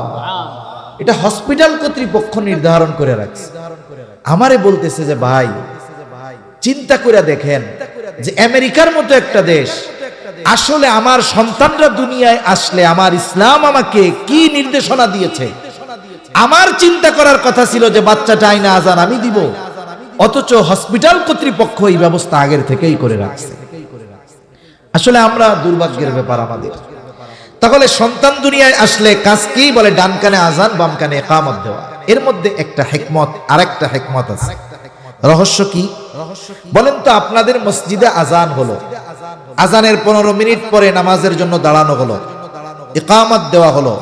ইকামতের কয় ঘন্টা পরে আপনাদের ইমাম তাকবীরে তাহরিমা দেয়? সাথে সাথে দেয় না? মধ্যে হয়তো 1 সেকেন্ড বেশ কম হতে পারে। এই যে ভূমিষ্ঠ হওয়ার সাথে সাথে আজান ইকামত দেওয়ার, এটা একটা হিকমত যে দেখো এখন শুধু তোমার জানাজার নামাজটা বাকি, এর আজানও হয়ে গেছে, ইকামতও হয়ে গেছে। আজান ইকামতের মধ্যবর্তী সময়টা যেমন সংক্ষিপ্ত, দুনিয়ার হায়াতটাও ওই রকম সংক্ষিপ্ত, ঠিক কিনা বলেন? তাহলে সন্তান ভূমিষ্ঠ হওয়ার পরে ডান কানে আজান, বাম কানে ইকামত। এরপরে যখন তার 7 দিন বয়স হবে, মাথার চুলগুলো মুন্ডিয়ে ফেলতে হবে। মাথার চুল মুন্ডিয়ে চুলের ওজন পরিমাণ স্বর্ণ অথবা রৌপ্য অথবা উভয়ের সমপরিমাণ মূল্য সদকা করে দিতে হবে। এরপরে 7ম দিন ছেলে হলে 2টা ছাগল দিয়া, মেয়ে হলে 1টা ছাগল দিয়া আকিকা দিতে হবে। 7 দিনে না পারলে 14তম দিনে, 14তম দিনে না পারলে 21তম দিনে। এরপরে যদি অ্যাবিলিটি না থাকে বিলম্ব করতে পারে, অসুবিধা নাই। আবার 2টা দিয়ে দেওয়ার সামর্থ্য নাই, ছেলে হইছে, 1টা দিয়ে হলেও যথা সময়ে সে দিয়ে দিবে। কিন্তু কিছু মানুষ করবে কি, সামর্থ্য আছে দেওয়ার মতো, গাফলতি করে, ও এই 3 মাস পরে কুরবানি, তো কুরবানির লগে দেয়া দিব। আমলের ক্ষেত্রে সব সময় পদ্ধতি অবলম্বন করতে হবে, সুন্নাত পদ্ধতি, মানে আল্লাহর রাসূল যেই সিস্টেম শিখাইছেন এটা করতে হবে। এরপরে কোরবানির সাথে আকিকা দেওয়া এটা জায়েজ। যারা বলে দেওয়া যাবে না, তারা ভুল বলে। আর যারা বলে দেরি করে ইচ্ছা করে সুন্নাহ আমল বাদ দিয়ে, এটা করা ঠিক হবে না, দেওয়া জায়েজ আছে, কিন্তু আমলের ক্ষেত্রে সুন্নাহকে প্রাধান্য দিতে হবে, ঠিক কিনা বলেন? আপনার দুইটা দিয়ে দেওয়ার সামর্থ্য নাই, হাদিসে একটা দিয়ে দেওয়ার কথাও আছে, আপনি 7 দিনের দিন একটা দিয়ে শেষ করেন, 14 দিনের দিন দেন, অথবা 21তম দিনে দেন, দিয়ে এটার সুন্নাহ আদায় করে ফেলেন। কিন্তু আমি আমার জীবনে দেখছি অনেক মানুষ শ্বশুর হয়ে গেছে, কয় আমার আকিকাটাও দিতে হবে, আমার আব্বা দেয় নাই। এ কাজ কিন্তু ঠিক না, সেজন্য যথাসময়ে আকিকা দিয়ে দিন। এরপরে 7ম দিন তার সুন্দর একটা নাম রাখতে হবে, সুন্দর একটা নাম, যেই নাম তার ধর্মীয় পরিচয় বহন করে, এমন একটা সুন্দর নাম তার রাখতে হবে। আল্লাহ তাআলার কাছে সবচাইতে প্রিয় নাম আবদুল্লাহ আর আবদুর রহমান। সমাজে যদি আবদুল্লাহ আর আব্দুর রহমান বেশি হয়ে যায়, আল্লাহ তাআলার গুণবাচক যে নামগুলো আছে ওই নামগুলোর সাথে আবদুন যোগ করে নাম রাখা যাবে। আবদুর রহমান, আবদুস সামাদ, আব্দুল মজিদ, আব্দুল খালেক, আব্দুল মালিক রাখা যায় কি যায় না? সুন্দর নাম না? আবার ডাকার ক্ষেত্রে একটু সতর্ক থাকা দরকার। অনেকে ডাকতে ডাকতে লাস্টে আব্দুল বাদ দিয়ে শুধু খালেক, মালিক, সামাদ ডাকা শুরু করে, এটা সুন্দর না। সেজন্য একজনের নাম যদি আব্দুল মালিক হয়, আমরা সুন্দরভাবে ডাকবো আব্দুল মালিক। আবার অনেকে আবদুন তো যোগ করেই না, বাকি নামের অংশটাকেও ব্যঙ্গ করে ডাকে, ও মালিক কে, ও খালেক কে, আছে না নাই কন্যা? এই যে একজনের নামকে এইভাবে ব্যঙ্গ করে ডাকা, এটা জাহেলিয়াতের সময়ের কর্ম, নবীজি এইভাবে ডাকতে মানা করছেন। এজন্য সুন্দর নাম রাখবো এবং সুন্দরভাবে তাদের নাম ধরে আমরা ডাকবো, তাহলে সুন্দর একটা নাম, এটাও সন্তানের হক। কিন্তু আফসোসের ব্যাপার কি জানেন? আমাদের নাম যেটা ভালো এটা রাখে হলো লুকাইয়া। নাম কি কয়? আব্দুর রহমান, আব্দুর রহমান পসামিয়া, তারপরে শফিকুল ইসলাম রনি, মুজাহিদুল ইসলাম জনি, সামিউর রহমান টনি, আছে না নাই কোন? এ রনি, জনি, টনি, মনি, এটা কোন জাতের নাম? এ হিন্দু নামও আছে, মুসলমান নামও আছে, বৌদ্ধ নামও আছে, খ্রিস্টান নামও আছে, হিজলাদেরও এইসব নাম আছে। তার মানে এই নামটা স্পেসিফিক ভাবে আলাদাভাবে কোনো ধর্মীয় পরিচয় বহন করে না। আপনি যতজন নবীর নাম শুনেছেন অথবা জানেন, যতজন সাহাবা ইকরামের নাম শুনেছেন অথবা জানেন, এই নাম শোনার সাথে সাথেই ওনার পরিচয় সামনে ভেসে ওঠে। এই জন্য নাম রাখতে হবে এমন নাম, যেই নাম ধরে ডাকলে তার ধর্মীয় পরিচয় পাওয়া যায়। রাখা যাবে তো ইনশাআল্লাহ? আমরা ভালো নাম লুকায় রাখি আর খারাপ নামটারে বানাইছি ডাক নাম। বুজুর্গানে দিন বলেন, ভালো নামের ওসিলায়ও আল্লাহ মাফ করতে পারে, কারণ কিয়ামতের দিন আল্লাহ তাআলা বান্দাকে মাফ করার জন্য বাহানা তালাশ করবে।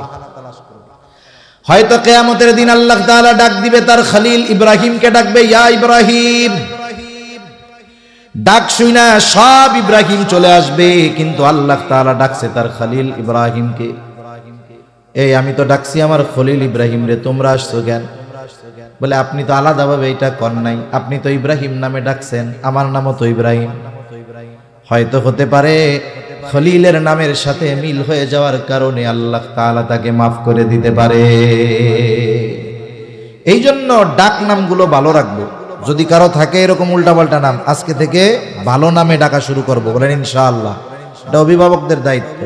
এমনি যুবক তরুণ ভাই যারা আছে, তোমাদের যদি এরকম উল্টাপাল্টা নাম থাকে, আজকে থেকে নতুন করে বন্ধুদেরকে ফেসবুক স্ট্যাটাস দিয়ে জানায় দিবা, আজকে থেকে আমার নাম হলো এইটা, আমাকে সবাই এই নামে ডাকবেন। তোমার আগের নামে টনি, জনি, রনি করে ডাকলে তুমি ভুলে ওইদিকে তাকাবা না, তুমি জানায় দিবা আমার নাম এইটা। কারণ নাম এটা আমাদের পরিচয় বহন করার মতো নাম হতে হবে। এরপরে সন্তান যখন একটু বড় হবে, জবান ফুটবে, জবান। বুজুর্গানে দিন বলেন, একটা বাচ্চার যখন 9 মাস, 10 মাস, 11 মাস হয়, এখনো কথা ফুটে নাই, কিন্তু মাঝে মধ্যে ভুলে চুলে আব্বা কয়ে ফেলে, আম্মা কয়ে ফেলে, বলে না এরকম? আসলে ও বুইজা কিন্তু আব্বাও কয় নাই, মাও কয় নাই, এমনি কানতে গেছে, আব্বা বাইরে হয়ে গেছে মুখ দিয়া। যখন বাপে এই শব্দ শুনে যে আব্বু কইছে, বাবারে বাবা আনন্দে কয় আজকে আমার পোলা আমারে আব্বা ডাকছে। ওই পাশ দিয়া মা কয় আমারে তো প্রত্যেক বেলায় ডাকে, মানে কান্না করার আগে কয় মা, আর মা কি বলে, বলে যে আমারে মা বইলা ডাকছে। এখন বলেন তো, এই যে মা বাবা এই ধরনের আওয়াজ বাচ্চার মুখ থেকে শুনে মা বাবা খুশি হয় কি হয় না? কিন্তু আমাদের টার্গেট কি থাকবে? যে আমার সন্তানের মুখ দিয়ে যেন প্রথম বুলিটা বের হয় আল্লাহ। এই জন্য তার সামনে বারবার আল্লাহ আল্লাহ বলেন। কি হবে? আপনাকে আমাকে যদি আব্বু আম্মু বলে ডাক দেয়, কলিজা ঠান্ডা হয়ে যায়। আর ওই ছোট বাচ্চাকে যদি আমরা আল্লাহ আল্লাহ শিখাই, আর ওই বাচ্চা যদি আল্লাহ আল্লাহ ডাকতে থাকে, বলেন তো আল্লাহ খুশি হবে কি হবে না? এই জন্য সন্তানের প্রথম বুলি যেন জবান দিয়ে হয় আল্লাহ, এটা শিখাবো। আর এই শেখানোটার বড় ভূমিকা পালন করে একজন মা। আমি অনেক বড় বড় মনীষীদের মায়েদের জীবনী পড়ছি অনেক আগে। তা একটা বিষয় আমি সবার ক্ষেত্রে পাইছি, অধিকাংশ মায়ের ক্ষেত্রে একটা বিষয় আমি পাইছি, যে ওই মা বলতেছে যে আমি আমার সন্তানকে বিসমিল্লাহ বিহীন আর ওযু ছাড়া কখনো দুধ পান করাই নাই। যখন ওনাকে জিজ্ঞাসা করছে আপনার ছেলে এত বড় আলেম হলো, এত বড় বুজুর্গ, এর পেছনে কারণ কি আছে একটু খুলে বলেন তো। উনি যে কারণগুলো বলছে এর মধ্যে অন্যতম কারণ, অধিকাংশ মহিষী মায়ের কথা, যে আমি আমার সন্তানকে কখনো ওযুবিহীন দুধ পান করাই নাই আর বিসমিল্লাহ না বলে দুধ পান করাই নাই। সেই জন্য আমি আপনি যদি চাই আমার আপনার সন্তান ওই রকম হোক, তাহলে মায়েদের উচিত সন্তানদেরকে দুধ পান করানো ওযু অবস্থায়, পবিত্র অবস্থায়, শালীন অবস্থায় ঢেকে, সাথে সাথে বিসমিল্লাহ সহকারে দুধ পান করানো উচিত। লাভটা কি হবে? আপনারা কুতুবউদ্দিন বখতিয়ার কাকি রহমাতুল্লাহি আলাইহির ঘটনা শুনছেন। ওনার বয়স 6, এর আগে ওনার মা বাবা ওনাকে কিছু লেখাপড়া শিখান নাই, কিছুই করান নাই। মক্তবে নিয়ে গেছে ওস্তাদের কাছে, ওস্তাদের কাছে গিয়ে নিয়ে গেছে, ওস্তাদ পড়ানো শুরু করছে, আউযু বিল্লাহি মিনাশ শাইতানির রাজীম, বিসমিল্লাহির রহমানির রহিম। এইবার ছোট বাচ্চা, 6 বছরের বাচ্চা পড়া শুরু করছে, আউযু বিল্লাহি মিনাশ শাইতানির রাজীম, বিসমিল্লাহির রহমানির রহিম, আলহামদুলিল্লাহি রাব্বিল আলামিন, আর রহমানির রহিম, মালিকি ইয়াউমিদ্দিন, ইয়্যাকা না'বুদু ওয়া ইয়্যাকা নাস্তাঈন। পড়া শুরু করছে, বাচ্চা আর থামে না, একবারে ব্রেক দিছে 18 পারা শেষ কইরা। সুবহানাল্লাহ বলে। প্রথম বিষয় হলো 6 বছরের বাচ্চা 18 পারা হেফজ করছে, এটা অবাক হওয়ার কোনো কিছু নাই। এখন আপনি মোবাইলের মধ্যে সার্চ দেন, এই তো মনে হয় কয়েক মাস আগের কথা বা 1 বছর হবে সর্বোচ্চ, একটা বাচ্চা আলজেরিয়ার না কোন জায়গার মায়ের কোলের মধ্যে বসা, 3-3.5 বছর বয়স। মা যদি বলে আলহামদুলিল্লাহি রাব্বিল আলামিন, সাথে সাথে বাচ্চা কয় আর রহমানির রহিম। মা বলে কোরআনের যেখান থেকেই আমি পড়ি না কেন, তারপর থেকে আমার সন্তান অনর্গল পড়তে পারে। 3-4 বছরের বাচ্চা কোরআনের হাফেজ, আর 6 বছরের বাচ্চা 18 পারার হাফেজ। অবাক হওয়ার কিছু আছে? নাই। এখন যখন ওস্তাদ বলে কি ব্যাপার, পড়াইতে আনছেন আলিফ বাও, দেখি হাফেজ হয়ে গেছে 18 পারা, কেমনে হইল? এখন মাও চিন্তা করে আমিও তো পড়াই নাই, কোথার থেকে হলো? এবার জিজ্ঞাসা করে ওস্তাদ আপনি কি হাফেজা? মা জবাব দেয় আমি পরিপূর্ণ হিফজ করতে পারি নাই, 18 পারা হিফজ করেছি। বাচ্চারে মুখস্থ করাইছেন নাকি? বলে আমি তো করাই নাই। কি করছেন? বলে সন্তান যখন আমার পেটে ছিল আমি যে কত হাজার বার এই 18 পারা খতম করেছি, এর শেষ নাই। আবার যখন সন্তান ভূমিষ্ঠ হয়েছে, আমি যখন পবিত্র, আমি সন্তানকে দুধ পান করাইতে করাইতে এই 18 পারা কত শতবার যে পড়েছি তার হিসাব নাই। সন্তানকে ঘুম পাড়াইতে গেছি, আমি তিলাওয়াত করতে থাকছি। তার মানে আমার সন্তানের 6 বছরে হাজার হাজার বার আমার জবান দিয়ে সে এই 18 পারার তিলাওয়াত শুনেছে।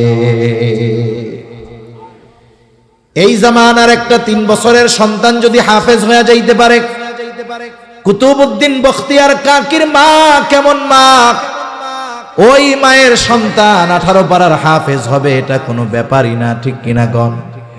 এই জন্য অনেক মা সন্তানদেরকে দুধ পান করানোর সময় বলে হাট্টিমা টিম টিম, তারা মাঠে পাড়ে ডিম, তাদের খাড়া 2টা শিং, তারা কাট্টিমা টিম টিম। এরকম কবিতা কয় না? ওই দেখা যায় তাল গাছ, ওই আমাদের গা, ওইখানেতে বাস করে কানা বগির সা, আব্বা খাও খাও। এখন বলেন তো, ওই মা যদি এইগুলা বাদ দিয়ে কোরআন তিলাওয়াত করে, সে যতটুকুই পারে, ওই বাচ্চা শুনবে কি শুনবে না? আমি আমার অভিজ্ঞতা আপনাদের সাথে শোনাই। আমার বাসায় ছোট বাচ্চা, আমার ছেলে প্রথম, একেবারে ছোটবেলা থেকে আমি যখনই বাসায় থাকি, সকাল সন্ধ্যা আয়াতুল কুরসি জোরে জোরে পড়া ওরে ফু দেই, একটু জোরে জোরে পড়ি। ওর যখন একটু একটু বুলি ফুটছে, এখনো দুধ ছাড়ে নাই, একটু একটু বুলি ফুটছে, আমি হঠাৎ একদিন খেয়াল করি একা একা শুয়ে শুয়ে সে পড়তেছে ওয়াসিয়া কুরসিয়ুস সামাওয়াতি ওয়াল আরদ। ছোট বাচ্চার ভাষায়। আমি তো ওরে কোনোদিন মুখস্থ করাই নাই, কিন্তু যখন ওর সামনে আমি পড়েছি, ওইগুলা ওর জেহেন তো একেবারে ফাঁকা, মেমোরি ফাঁকা, ওইগুলা ও খেয়াল দিয়ে শুনে শুনে মুখস্থ করে ফেলছে। এই জন্য ছোট বাচ্চারা যখন বাচ্চা থাকবে, দুধ পান করানো অবস্থায় মায়েদের উচিত সন্তানদেরকে সূরা শোনায়া শোনায়া দুধ পান করানো। এর প্রভাব সে পরবর্তীতে টের পাবে। তাহলে এরপরে ছোট বাচ্চার যখন বুলি ফুটবে, প্রথম বুলি হবে আল্লাহ, এই প্রচেষ্টা করতে হবে। এরপরে যখন সে আস্তে আস্তে বড় হবে, সর্বপ্রথম তাকে কোরআনের শিক্ষায় শিক্ষিত করতে হবে, দিন শিখাতে হবে। মনে রাখবেন, আমি দিন শেখা যেমন জরুরি, আমার অধীনস্থদেরকেও দিন শেখানো জরুরি। হাদিসের মধ্যে আসছে, নবীজি বলেন তালাবুল ইলমি ফারিদাতুন আলা কুল্লি মুসলিম। দ্বীন ইলম শিক্ষা করা প্রত্যেক মুসলমান নরনারীর উপরে ফরজ। প্রথম কথা হলো ফরজ তো বুঝলাম, কতটুকু ফরজ? কেউ কেউ বলেন নিজে দিনের উপরে চলতে যতটুকু শেখা দরকার ততটুকু শেখা ফরজ। আবার কেউ কেউ বলেন না, আর একটু বেশি ফরজ। কতটুকু? কারণ কোরআনুল কারীমের মধ্যে আল্লাহ তাআলা বলেন, ইয়া আইয়ুহাল্লাযীনা আমানু কু আনফুসাকুম ওয়া আহলিকুম নারা। আল্লাহ তাআলার আদেশ, এই ইমানদারেরা নিজে জাহান্নামের আগুন থেকে বাঁচো, অধীনস্থদেরকে বাঁচাও। নিজে বাঁচবো কেমনে? বলে আমলের মাধ্যমে, গুনাহ থেকে বাঁচার মাধ্যমে জাহান্নাম থেকে নিজেকে বাঁচাও। অধীনস্থদেরকে কেমন করে বাঁচাবো? বলে তাদেরকে দ্বীনের উপরে পরিচালিত করানোর মাধ্যমে বাঁচানোর চেষ্টা করো। এখন বলেন, নিজে দ্বীনের উপরে চলতে যদি ইলমের দরকার হয়, অধীনস্থদেরকে দ্বীনের উপরে চালানোর জন্য ইলমে দ্বীন শিক্ষা করার দরকার আছে না নাই? সেই জন্য এতটুকু ইলমে দ্বীন যদি আমরা কেউ না শিখি, তাহলে তো গুনাহগার হয়ে যাবো। নিজে না শিখলেও গুনাহগার, অধীনস্থদের শেখানোর ব্যবস্থা না করলেও গুনাহগার। এখন সন্তানরা ছোট, তাদেরকে শিখাইলাম, কিন্তু যারা বড় হইছি তারা শিখবো কেমনে? আমাদের উপমহাদেশে দ্বীন শেখার প্রধান মাধ্যম ছিল তিনটা। কয়টা? ঘুম আসতেছে নাকি আপনাদের? তাকবীর দেন তো, নারায়ে তাকবীর, আরো জোরে নারায়ে তাকবীর। মাশাআল্লাহ, সজাগ আছেন, বোঝা গেছে। রায়পুরার লোক যদি ঘুমায় যায় কাম হইব। উপমহাদেশে দ্বীন শেখার প্রথম মাধ্যম ছিল তিনটা। কয়টা? মানে প্রসিদ্ধ মাধ্যম। এক নাম্বার মাধ্যম এই দ্বীনি মাদ্রাসাগুলা। দুই নাম্বার মাধ্যম ছিল হক্কানি পীর মাশায়েখের খানকা। কিন্তু এখনকার জামানায় অবস্থা এমন যে একজন আহলে হক পীরের মুরিদ এত, ওনার কাছে অজুর মাসালা কি শিখবেন? মুসাফাই জীবনে 2-4 বার করা যায় না। এই জন্য অনেক সময় এনাদের কাছ থেকে দ্বীন নেওয়াটা কঠিন হয়ে যায়, তবে ব্যবস্থা এখনো আছে। 3 নাম্বার পদ্ধতি, উপমহাদেশের একজন আলেমের মাধ্যমে, যেই পদ্ধতি দাওয়াত ও তাবলীগের মেহনতের মাধ্যমে। মূলত এটা ছিল আওয়ামদের দ্বীন শেখানোর চলতি ফিরতি মাদ্রাসা। ঠিক কিনা বলেন? একটা জিনিস মনে রাখতে হবে, দ্বীন শেখানোর ব্যবস্থাপনা, ওখানে উলামা ইকরাম থাকবে না, তাহলে দ্বীন থাকবে না। আবার আপনারা বলতে পারেন, হুজুর তাবলীগে যে যামু, তাবলীগে তো 2 গ্রুপ, বলে এক গ্রুপ হুজুরদের পক্ষে আর এক গ্রুপ বিপক্ষে। কার লাগে যামু? আমি যদি সাধারণ পাবলিক হিসেবে জবাব দেই, যদি আমার উদ্দেশ্য থাকে আমাকে দিন শিখতে হবে, নামাজ শিখতে হবে, অবশ্যই আমাকে আপনাকে আলেমদের সাথে যাইতে হবে। আলেমদের সাথে গেলে লাভ কি হবে? একটা মানুষকে শেখানোর জন্য আগে নিজে শিখতে হয়। আমি যদি আপনারে কিছু শেখাইতে চাই, আগে সেটা আমাকে জানা থাকতে হবে। আমি যদি নামাজের ফরজ আপনাকে শেখাইতে চাই, আমার জানা থাকতে হবে। ওযুর ফরজ যদি শেখাতে চাই, তাহলে ওযুর ফরজ আমার জানা থাকতে হবে।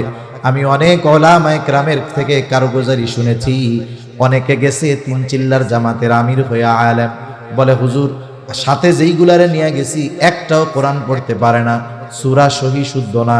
এই যে 4 মাস সময় আমার সাথে থাকছে, আলহামদুলিল্লাহ অনেকগুলারে 15-20 পারা কোরআন পড়ায়া বাড়িতে পাঠাইছি। আর যদি চিন্তা করেন 6 সূরার হুজুরের সাথে যাবো, তাহলে তো আর কিছু কওয়ার নাই। কিন্তু উলামায়ে কেরামের সাথে যদি যাওয়া হয়, আমার আপনার ত্রুটি বিচ্যুতিগুলো তাদের চোখে ধরা পড়বে। উলামায়ে কেরাম শুধু একটা নিয়মতান্ত্রিকতার মধ্যে শিক্ষা দিবে না, প্র্যাকটিক্যাল ভাবে শিক্ষা দিবে। মনে করেন একজন সূরা অশুদ্ধ পড়তেছে, আরে মিয়া আমারটা যদি বিশুদ্ধ না হয়, আমি অশুদ্ধ ওয়ালাটা ধরতে পারবো নাকি? আমার তো মনে হবে যে ওরে বাবা কি তিলাওয়াত করতেছে। এজন্য তাবলীগের সময়টা উলামাদের সাথে দিলে এই লাভ। অনেক কারগুজারি আমি আপনাদের শোনাতে পারবো। একটা কই, ছাত্র জামানায় বাড়িতে গেলে আমরা 3 দিনের জামাতে যাইতাম। আমার দাদা ওই জায়গার কয়েকটা মসজিদে দীর্ঘদিন ইমামতি করছে, সেই সুবাদে ওনার মুসল্লিরা এখন মুরব্বী, আমার দাদার সময়ের, ওনারাও আমারে মহব্বত করে। বাড়িতে গেলে ওনাদের প্রস্তুতি থাকতো যে হাফেজ সাহেব আসলে আমরা একসাথে তাবলীগে যাব। 70, 80 জন, 90 জন হয়ে যাইতো এক একটা জামাত। আমরা মাদ্রাসার থেকে যারা যাইতাম, আমাদের টার্গেট থাকতো এই 3 দিনে ওনাদের আমলে যে ত্রুটি বিচ্যুতি গুলো আছে সবগুলো আমরা মোটামুটি ঠিক করব। এই জন্য কড়া নজর রাখতাম ওনাদের উপরে, কে কি করতেছে। এক মুরব্বী, দাদার বয়সী দাদা, উনি যাইতেছে পায়খানা করতে, আমি টিউবওয়েলের পাশে ওযু করতেছি। জিজ্ঞাসা করতেছি, দাদা কই যান? কই যায়? 2 নাম্বার। প্রস্রাব ধরলে কয় নাম্বার? আর ওইটা ধরলে কয় নাম্বার? কি জন্য? বলে ওই জায়গায় এক কাজ করা যায় না, কাজ 2টাই করা লাগে। রায়পুরার সবচাইতে বড় বীর মুজাহিদ যে, তারে যদি বলি পায়খানা করতে গিয়া শুধু পায়খানা করবা, প্রস্রাব করতে পারবা না, 5 লাখ পর্যন্ত দিতে পারবো, এর বেশি নাই। আসেননি কেউ? চ্যালেঞ্জ নিবেন। ওই জায়গায় কাজ কয়টা? এই জন্য নাম্বার কয়টা? 2টা। গ্রাম অঞ্চলে ঢিলা নিয়ে যাইতে, টিস্যু তো তখন ওরকম হয় নাই। আমি কই হাতে কি? কই ঢিলা। কয়টা দেখাইছে? 3টা। তা আমি আবার জিজ্ঞাসা করতেছি, কয় কাম করেন যাই ওইখানে? ওইখানে 2টা করি, প্রস্রাব পায়খানা। তা যখন প্রস্রাব করেন ঢিলা গুলুক নেওয়া লাগে? হওয়া লাগে, নাইলে প্রস্রাব জ্বরে। প্রস্রাব কইরা একটু নড়াচড়া দিয়ে ঢিলা কুলুক নিলে প্রস্রাবের নালী থেকে প্রস্রাব বের হয়, নাইলে প্রস্রাব আসে। আমি বললাম পায়খানায় ঢিলা 3টা কেন? পায়খানায় গিয়ে প্রস্রাব কি করেন না? আর প্রস্রাব করলে কি ওই প্রস্রাব জ্বরে না? এইবার আমার মুরব্বির হুঁশ চলে আসছে। আমি বললাম, প্রস্রাব পায়খানা করতে গিয়া কি আপনার প্রস্রাবের রাস্তায় ঢিলা নেওয়া লাগে না? ওই সময় কি প্রস্রাব জ্বরে না? আবার প্রস্রাব যদি ধরে তাইলে তো কাপড়ে নাপাকি লেগে গেল, কাপড়ে নাপাকি লাগলে তো নামাজ হবে না। এইবার বেচারার চেহারাটা শুকায় গেছে। এখন আমি আর কি বলবো? আমি তারে একটু পদ্ধতি শিখাইয়া দিলাম, যেই ঢিলা 3টা ব্যবহার করবেন বাথরুম করার পরে। এরপরে যেহেতু বাথরুমের মধ্যে দাঁড়ানোর ব্যবস্থা আছে, প্রস্রাব যতটুকু ঝরানো সম্ভব, এরপরে ঢিলাটা প্রস্রাবের রাস্তায় ব্যবহার কইরা, টিস্যুটা ব্যবহার কইরা 2-4 বার ওঠবোস করবেন। আশা করা যায় প্রস্রাবের রাস্তার প্রস্রাবও ক্লিয়ার হয়ে যাবে। তাইলে এতকাল যেই লোক শুধু প্রস্রাব করলে ঢিলা কুলুক নেওয়া লাগতো, পায়খানার সাথে প্রস্রাব করলে তাহলে সেই প্রস্রাব নালীতে থাকবে না। তাহলে যদি মুত এইসব ইসে লাইগা থাকে, তাহলে তার পোশাক পবিত্র আছে না অপবিত্র? পোশাক যদি অপবিত্র হয়, নামাজের একেবারে শুরুর কথা শরীর পাক, এর পরপরই কি পাক? কাপড় পাক, বাহিরের যে ফরজগুলা। আর প্রস্রাবের একটা ফোঁটা যদি কোনো কাপড়ের উপরে পড়ে, ওই কাপড় দ্বারা নামাজ না হওয়ার জন্য যতটুকু নাপাক হওয়া দরকার, 1 ফোঁটা প্রস্রাবে ওর 3 গুণের বেশি হয়ে যায়, ছড়ায়া যায়। তা আমি উনারে বুঝতে পারছে কথা যে কাম তো সারা হয়ে গেছে, এতকালের নামাজ তাইলে কি হইল, যাক আমি ওনারে বুস্টুস দিয়া আমি এখন বাঁচার চিন্তা করতেছি। এখন বলেন তো, আমি আলেম বা আমাদের সাথে আলেম ছিল এই জন্য নয়, এই যে তার ভুলটা ধরায় দিল, নজরে পড়লো কেন, বলে একজন আলেম তার জানা থাকার কারণে, ঠিক কিনা বলেন? এজন্য আলেমদের সোহবতে সাথে গেলে গেলাম, কথা লম্বা হয়ে যাইতেছে। দ্বীন ইলম শিক্ষা করা ফরজ কতটুকু, বলে নিজে দ্বীনের উপরে চলতে, অধীনস্থদেরকে চালাতে যতটুকু দ্বীন শেখার দরকার এতটুকু শেখানো ফরজ। এখন বাড়িতে এইটুকু সন্তানকে আমি শেখাতে পারি না, আমরা শেখাতে পারি না বিধায়ী তো এই ধরনের মাদ্রাসা। একটা সময় কিন্তু মক্তবের থেকে জরুরতে দ্বীন শেখা যাইতো, সকালবেলায় যে মক্তব হইতো, আছে আপনাদের এখানে সকালের যেই মক্তব হইতো, এখন অনেক জায়গায় নাই। এই মক্তবে আমরা মোটামুটি দ্বীনের উপরে চলার জন্য যা দরকার সব শিখতে পারতাম, কিন্তু এক সময় মক্তবের উপরে আঘাত আসছে। কেমনে? উপমহাদেশে খ্রিস্টান মিশনারিদের যে মিশন, এই মিশনের মধ্যে অন্যতম মিশন হলো মুসলিমদেরকে ধর্মান্তরিত করে তাদের ধর্মে দীক্ষিত করা। তারা তাদের ইনভেস্ট অনুযায়ী মুসলমানদের উপরে প্রভাব বিস্তার করতে পারে নাই। ব্যাপক গবেষণার পরে ফলাফল কি হয়েছে, বলে মুসলমানেরা তাদের দিন শুরু করে কোরআনুল কারীম দিয়া। ছোটবেলায় আমাদের নামাজ যখন ফরজ হয় নাই তখনই পিটাইয়া মক্তবে পাঠাইতো আমাদের। নামাজ ফরজ হয় নাই কিন্তু মক্তবে যাওয়াই লাগতো। এখন এক সময় ওরা চিন্তা করলো, এই যে মক্তব, এইটারে যদি বন্ধ করা যায় তাইলে মুসলমানদেরকে সাইজ করা যাবে। এখন কেমনে করা যায়? তারা এক নতুন শিক্ষা কারিকুলাম আনছে, কেজি স্কুল, কিন্ডারগার্টেন। ক্লাস শুরু হয়ে গিয়া সকাল 6টায়। আর কেজি স্কুল যখন বাংলাদেশে আসছে, এই কেজি স্কুলগুলো খ্রিস্টান মিশনারি এই এনজিও গুলোর মাধ্যমেই পরিচালিত হইত। এরপরে আস্তে আস্তে আরো ব্যাপক আকার ধারণ করেছে। মুসলমানের সন্তানদেরকে মসজিদে মক্তব বাদ দিয়া কিন্ডারগার্টেনে পাঠানো শুরু হয়ে গেছে। জাতির কর্ণধার উলামায়ে কেরাম চিন্তা করলেন, এভাবে যদি মক্তবগুলো শূন্য হয়ে যায় এক সময় মুসলমানিত্ব শূন্য হয়ে যাবে, কি করা যায়? পদ্ধতি বাইর করলেন। কারি বেলায়েত সাহেব রহমাতুল্লাহি আলাইহি পদ্ধতি বাইর কইরা নাম দিলেন নুরানি পদ্ধতি। নাম যেমন নুরানি, কাজটাও তেমন নুরানি। এমন এক সিলেবাস আবিষ্কার হলো যেখানে বাংলা, অঙ্ক, ইংরেজি শিখবে প্র্যাকটিক্যাল ভাবে, সাথে সাথে একজন মুসলমান হওয়ার জন্য যতটুকু দিন দরকার ক্লাস 3-4 পর্যন্ত পড়লে পুরাগুলা তারা শিখে যাবে। এই জন্য নুরানি মাদ্রাসার ক্লাস 3-4 এর ছাত্র দেখবেন নামাজ পড়বে 2 রাকাত নামাজে 60টি মাসালা, নামাজ পড়বে প্র্যাকটিক্যাল ভাবে, মাসালা বলে দিবে যে এইটা ফরজ, এইটা সুন্নাত, এইটা ওয়াজিব, এটা নফল, এইভাবে বলে বলে দিবে। এই যে সন্তান দিন শিখতেছে, জানাজা কেমনে পড়তে হবে, পড়াতে হবে, কি দোয়া পড়তে হবে, খাবার কোন দোয়া, A to Z দিন শেখা যতটুকু ফরজ এই মাদ্রাসাগুলোর মধ্যে শিখে যায়। এই জন্য আমাদের সন্তানদেরও উচিত ডাক্তার বানান আর ইঞ্জিনিয়ার বানান, কিন্তু তাকে প্রকৃত মুসলমান বানানোর জন্য প্রথমে এই নুরানি মাদ্রাসাগুলো দেওয়া উচিত। এগুলো দরকার। মানিকগঞ্জ গেছি এক মাদ্রাসায়, নুরানি মাদ্রাসার মাহফিল হইতেছে স্কুল মাঠে। অনেক জায়গায় তো গত বছর একটা খবরও আসছে যে প্রাইমারি স্কুলগুলা থেকে ছাত্র সব নুরানি মাদ্রাসায় চলে যাচ্ছে, নুরানি মাদ্রাসার উপরে তদারকি করা হবে। কি ব্যাপার দেখছেন? তদারকি করবি স্কুলে, যে স্কুল থেকে পোলাপান নুরানি মাদ্রাসায় যায় কেন? আর নজরদারি কোন জায়গায় করবে? নুরানি মাদ্রাসায়। কত বড় খাটা শয়তান এইগুলো ছিল, আল্লাহ বাঁচাইছে, ঠিক কিনা কোন? আল্লাহর কাছে এখন দোয়া করি, আল্লাহ সামনে একটু ভালো মানুষ দিয়েন। এখন অবস্থাটা কি?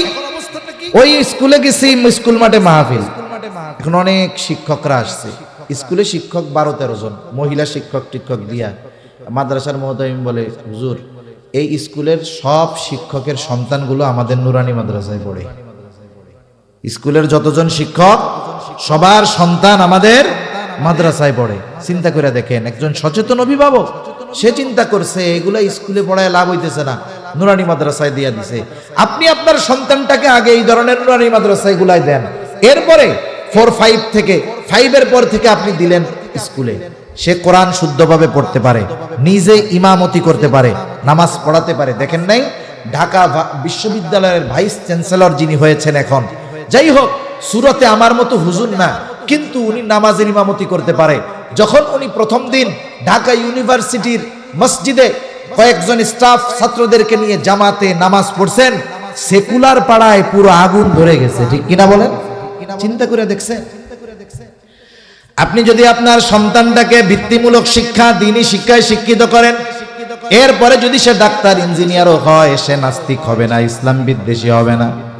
আরবি একটা প্রবাদ আছে, কুল্লু শাইইন ইয়ারজিউ ইলা আসলিহি, প্রত্যেকটা জিনিস তার মূলের দিকে ফিরে আসে। অনুরূপভাবে ওই সন্তান যদি আল্লাহ না করুন যৌবনে পাপাচারে লিপ্ত হয়ে যায়, ওই যে ভিত্তিমূলক শিক্ষা, দ্বীনি শিক্ষা হওয়ার কারণে জীবনের একটা সময় সে তাওবা করে আল্লাহর রাস্তায় ফিরে আসবে। এজন্য ছেলে হোক মেয়ে হোক তাকে আমরা দ্বীন শেখাবো, বলেন ইনশাআল্লাহ। বেশি সময় আর নিব না। এরপরে যখন সন্তানের বয়স 7 বছর হবে, নামাজের জন্য তাকিদ দিতে হবে।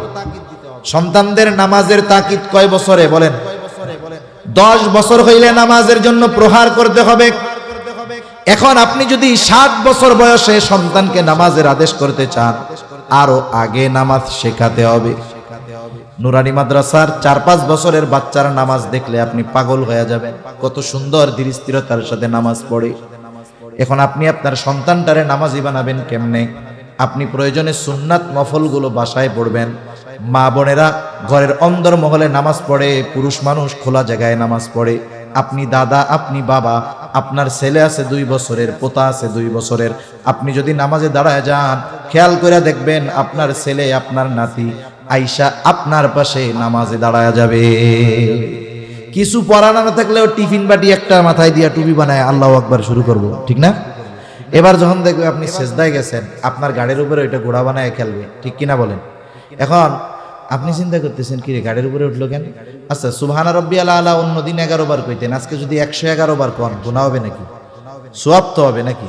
কিন্তু আমাদের কি করবে, কি রে 11 বার 13 বার 15 বার নড়ে না কেন? মার কোন দিয়া গাই, এক গাইতেও 3 হাত দূরে। এই কাম না কইরা সেজদাটা লম্বা করলে সমস্যা আছে।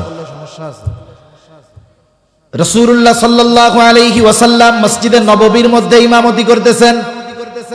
নামাজে আসার সময় নিয়ে আসতেন ওনার নাতি হুসাইন রাদিয়াল্লাহু তাআলা আনহুকে, পাশে দাঁড় করায়া দিছে। ছোট মানুষ, নবীজি গেছেন সেজদায়। এইবার চিন্তা করছে, মাশাআল্লাহ নানা তো বুড়া হয়ে গেছে, এক লাফ দিয়া নবীজির গাড়ির উপরে উঠছে। অথচ নবীজি করতেছেন ইমামতি। বর্ণনাকারী বলেন নবীজি সেজদা লম্বা করেছেন, এত লম্বা, বলে আমি মাথা উঠায় দেখলাম নবীজি কি করে, দেখলাম সেজদায় আর ওনার নাতি হুসাইন রাদিয়াল্লাহু তাআলা আনহু খেলা করতেছে। আমি আবার সেজদায় চলে গেলাম। দীর্ঘ সময় পর নবীজি সেজদা থেকে মাথা উঠাইলেন। নামাজ শেষ হলো, নবীজি ঘুরে বসলেন। উনি আর কিছু কয় না। আমাদের দেশে হইলে কি করতো? চিন্তা করতো, ফেসবুকের খবরে দেখি অমুক হুজুর, অমুক মুসল্লি, অমুক কাজী সাহেব সেজদায় ইন্তেকাল করছে, তাইলে মাশাআল্লাহ আমাদের ইমামও এই ফজিলত অর্জন করছে। মাথা উঠায় যদি দেখতো যে ইমাম সাহেবের পোলা গাড়ির উপরে ঘোড়া বানায় খেলতেছে আর ইমাম সাহেব সেজদা দেরি করছে, পিছন থেকে কইতো, হুজুর বাগেন, বাকি নামাজ আমরাই পড়ালো মনে, ঠিক কিনা বলেন? সাহাবায়ে কিরাম চিন্তা করে, সিজদা দেরি হইল কেন? নবীজি যদি ওহী নাজিল হইতো তাইলে তো সাথে সাথে তিলাওয়াত করে শোনায় দিত। একজন প্রশ্ন করে, ইয়া রাসূলুল্লাহ, ওই রাকাতের ওই সেজদাটা বিলম্ব করলেন কারণ কি, কোনো ওহী নাজিল হয়েছে নাকি? নবীজি বলেন, না। আমি যখন সেজদায় গেলাম, হুসাইন আমার ঘাড়ের উপরে উঠে খেলা শুরু করলো। আমি তাকে অতৃপ্ত থাকা পছন্দ করলাম না। ছোট বাচ্চারা এক কাজ অনেক সময় করে না, বলে সে খেলা করে তৃপ্ত হয়ে নামলো, এরপরে আমি সেজদা থেকে মাথা উঠাইলাম। একটা বাচ্চার খেলাকে প্রাধান্য দিয়ে নবীজি সেজদাকে প্রলম্বিত করে দিয়েছে। আপনি আমি বাসায় নামাজ পড়তে গেলে যদি ওইরকম করে, আপনি আমি সেজদাটা লম্বা করে দেই, রুকুটা লম্বা করে দেই, কিয়ামটা লম্বা করে দেই, কোনো অসুবিধা হবে?